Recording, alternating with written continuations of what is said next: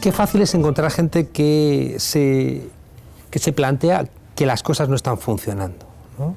Hay como una sospecha generalizada de que no se está explicando todo lo que realmente ocurre, ¿no? Y me gusta mucho el ejemplo de Matrix, y yo creo que también es una razón del éxito que tuvo esa película. Ese Neo que sospecha que hay algo que no está encajando, ¿no? en esa reconstrucción de lo que ocurre y lo que realmente uno siente que está ocurriendo. Claro, cuando tú te sigues haciendo preguntas, llega un momento en donde se te va a poner enfrente alguien que te dice: ¿quieres saber la verdad? Pues mira, aquí tienes una píldora roja y una píldora azul. La píldora azul va a hacer que te olvides de tus dudas y seas feliz. Mientras que si tomas la píldora roja, seguramente la respuesta que vas a obtener es bienvenido al desierto de la realidad, porque la realidad no está bonita. Yo creo que por eso hay mucha gente que está planteando que vivimos en un tiempo en donde nos toca ser optimistas trágicos, ¿no? O pesimistas esperanzados. Un optimista es un idiota simpático y un pesimista es un idiota antipático. Y se trata de intentar no ser idiotas. Lo solventamos dándonos cuenta de que hay demasiados rotos en nuestra sociedad y la necesidad de tener alguna esperanza, porque sin esperanzas caemos en el inmovilismo, caemos en la reacción. Y por eso tenemos esa lucha constante de contraponer, como decía Gramsci, al pesimismo de la inteligencia, el optimismo de la voluntad. Y eso nos obliga a decir qué hacemos. Si yo fuera músico hubiera hecho una sinfonía, o si fuera abogado habría hecho una querella contra los responsables de este desaguisado, pero como soy un humilde profesor, pues he hecho un libro intentando dar herramientas para que podamos cuando menos saber lo que ocurre. Hay que reconstruir las ideologías. Tú no puedes decir yo soy de izquierdas, pero luego llegas a casa y maltratas a tu mujer, o dices yo soy de izquierdas porque estoy a favor de la redistribución de la renta, pero maltratas a los inmigrantes, o no tienes ningún tipo de compromiso ecológico. Las ideologías hay que reconstruirlas. O el mundo del trabajo, que antes nos daba nuestra subjetividad. El mundo del trabajo nos ayudaba a saber quiénes éramos. Te mirabas en el espejo y tu condición laboral te contaba quién tú eras. Pero cuando de repente la media de un trabajo en Europa no llega a los 2 años, cuando de repente no tienes trabajo fijo, estamos como en esa película Full Monty, donde al final esos parados de larga duración tienen que hacer un striptease masculino para ganar algo de dinero. Y la metáfora es muy buena, porque cuando no tienes trabajo, pues estás desnudo. Hay una escena que siempre me emocionó de esa película, y es que están viendo videoclips para intentar hacer ese baile final, y están viendo la MTV, y de repente sale una señora ahí estupenda, manejando un torno, y uno de los protagonistas, uno bajito, fuerte, dice: esa no ha cogido un torno en su vida, así no se agarra un torno, eso es mentira. Es evidente que es mentira, pero él necesita reivindicar que él sabe cómo se maneja ese torno, porque su dignidad es tener ese trabajo. Bueno, pues hoy también con el desempleo que existe por la rotación de los paros, esa palabra terrible que viene de la Unión Europea, la flexiseguridad, donde tienes que trabajar 6 meses de profesor, 6 meses sirviendo pizzas y 6 meses conduciendo un autobús. ¿Dónde articulas tú tu identidad?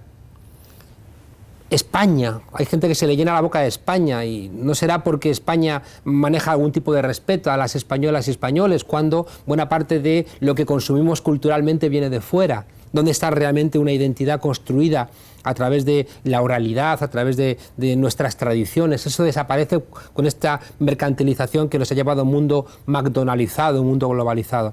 La conclusión final de todo esto es que no hay pistas, y si no hay pistas estamos despistados. ¿Y a dónde se agarra la gente? A los libros de autoayuda, ¿no? Como no hay soluciones colectivas, la gente intenta encontrar soluciones individuales.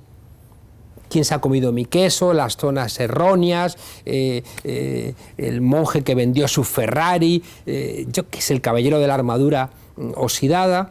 Soluciones individuales a problemas que son colectivos. Y por eso yo escribí este libro como un libro de autoayuda colectiva. Es decir, entendiendo que las verdaderas soluciones son las que nos damos entre todos. Y para ello lo primero es, insisto, quitar los velos, desbrozar la maleza para que veamos realmente qué ocurre, y después que recuperemos un principio tradicional del pensamiento crítico. Y es que si no te duelen las cosas no las vas a querer cambiar. Hay una ecuación que para mí es mágica, y es mágica porque consigue cambiar las sociedades, que es la que plantea doler, saber, querer, poder y hacer. Cuando tú identificas el dolor y lo conviertes en conocimiento y sabes cuál es el origen de ese dolor, tú vas a buscar cambiar ese dolor. Ya tienes doler, saber y querer. Ya tienes 3 fases, solamente porque has hecho el esfuerzo de intentar identificar cuál es el origen de eso que te duele. Cuando tú sabes por qué te duele y quieres acabar, buscas el cómo, y ahí viene el momento político. Ya tienes doler, saber, querer y poder. Y cuando realmente tienes las fuerzas para cambiar, ya haces la transformación. Y por tanto, esa ecuación se desliza hacia sociedades más emancipadas. Pero si tú estás atascado en la primera fase, si tu dolor no lo conviertes en conocimiento, tienes un dolor que no sirve para nada. Es un dolor que no se va a convertir nunca en un dolor con capacidad de transformación política. Es como esa gente que está anclada en la anorexia, en la bulimia, o está anclada en esa infelicidad porque no puede acceder a ese nivel de consumo que le ha dicho la televisión, que si no lo obtiene es una persona fracasada. Yo creo que lo que he buscado con este libro es construir un espejo donde desde la dignidad de cada persona, porque somos finitos y por tanto somos irrepetibles y por tanto somos sujetos de dignidad, que cada uno de nosotros y de nosotras podamos en ese espejo encontrar las raíces de lo que nos impide crecer. Y eso implica reflexión, eso implica herramientas, por lo que decía al comienzo, porque la realidad no es evidente y porque hay mucha gente interesada en que anestesiemos nuestro dolor. Vivimos en sociedades saturadas audiovisualmente, sociedades donde dices, estás triste, compra, estás aburrida, compra, te sientes sola, compra. Como que se han caído todos los edificios, pero solamente quedan en pie los grandes centros comerciales. Como que se han caído las grandes instituciones, pero te vas al centro comercial, te compras algún tipo de bien y momentáneamente hayas encontrado un paliativo, ¿no?, de tu tristeza. Y es mentira. Es mentira. Unos medios de comunicación que van a intentar ocultar que hay mucha gente como tú, que tiene las mismas dudas que tú, que le duelen las mismas cosas que te duelen a ti, que no es cierto que tú seas anacrónico, que seas inferior, que estés obsoleto, que estés loco, que seas un marginal. No es cierto. Lo que pasa es que los medios de comunicación no te lo cuentan. Al final hay un gran modelo.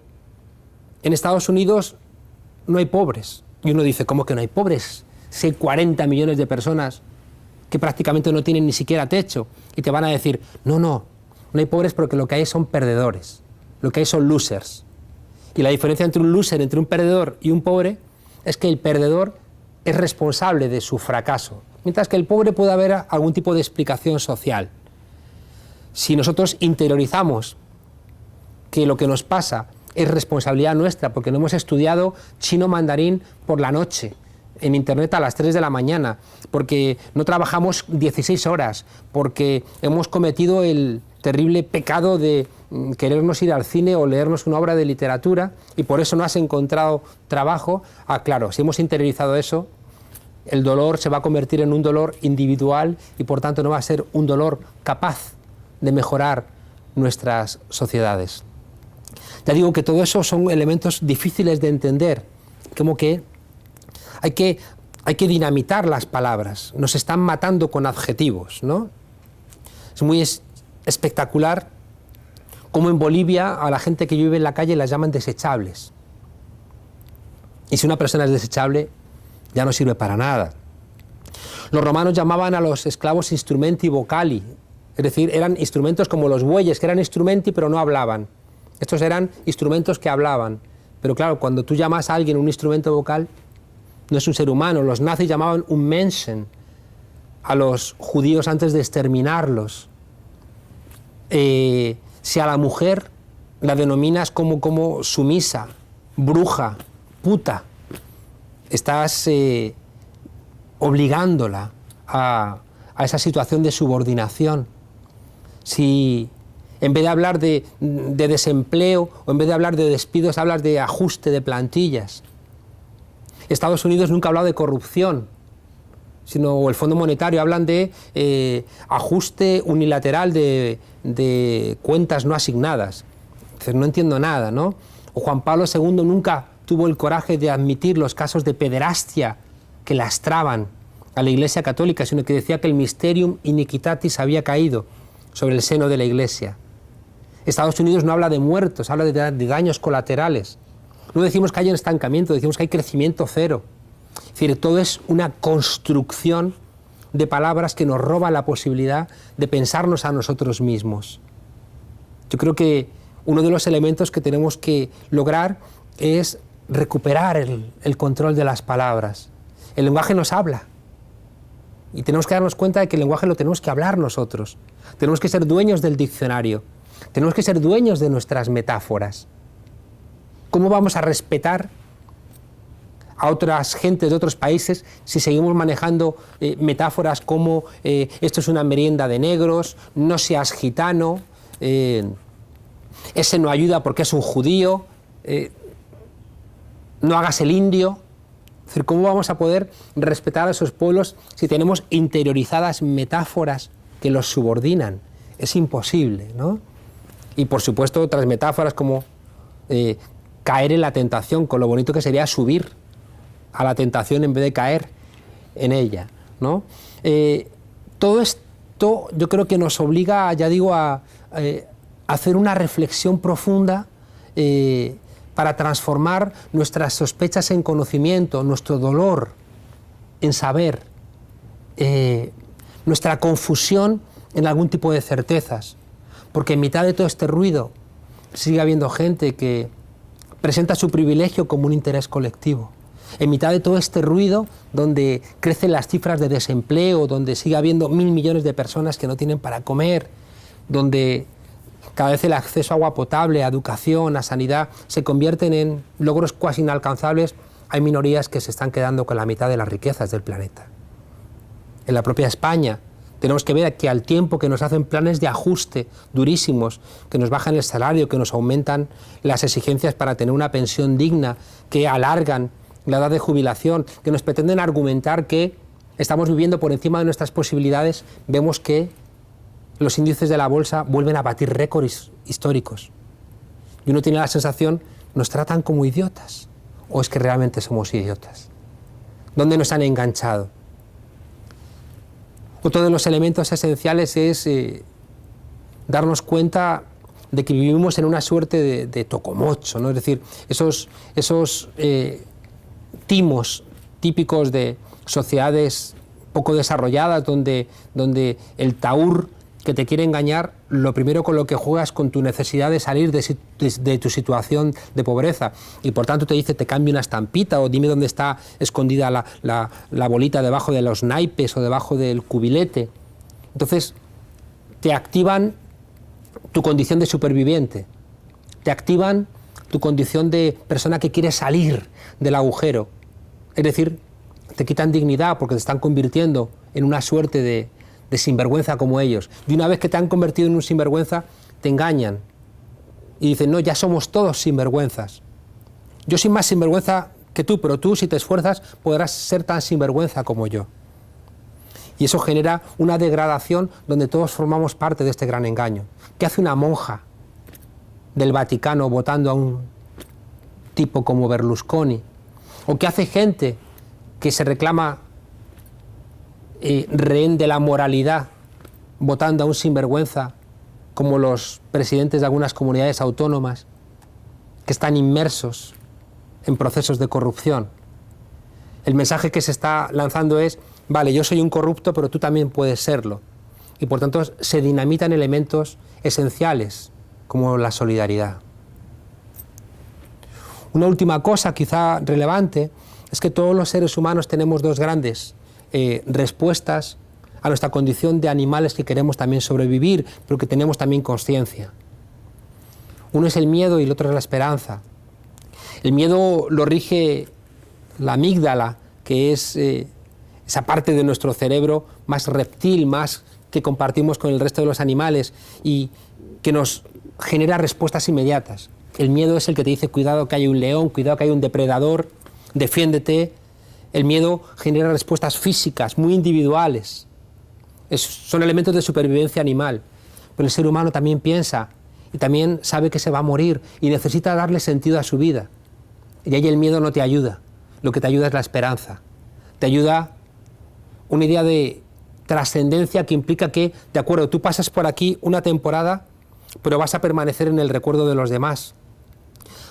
Has transformado el mundo y, por tanto, aunque te mueras, el bien que tú hayas construido, la bondad que tú hayas construido, la belleza que tú hayas construido, la verdad que tú hayas construido, permanece. Y eso da sentido a tu vida. La esperanza frente al miedo es que es un proceso. Tiene lugar poco a poco y tiene lugar a través de una construcción de una identidad, de querer buscar la verdad, de querer hacer el bien, de querer pelear por la belleza. Y eso es una identidad que se construye a través de un discurso. Y por tanto necesitas a los demás. Esas dos grandes columnas, el miedo y la esperanza, son como la píldora roja y la píldora azul de Matrix. El pensamiento más conservador siempre va a apelar al miedo, mientras que el pensamiento más crítico, el pensamiento más constructivo, va a apelar a la esperanza. El miedo es inmediato, la esperanza es un proceso. Por eso necesitamos recuperar las palabras, porque solamente con las palabras y con el diálogo vamos a poder armar esa esperanza. Hamlet enloqueció porque monologaba. Don Quijote no estaba loco porque dialogaba con el bueno de Sancho. Y para construir la esperanza necesitamos pueblos que dialoguen, no pueblos que monologuen. Necesitamos pueblos que sean más quijotescos y menos hamletianos.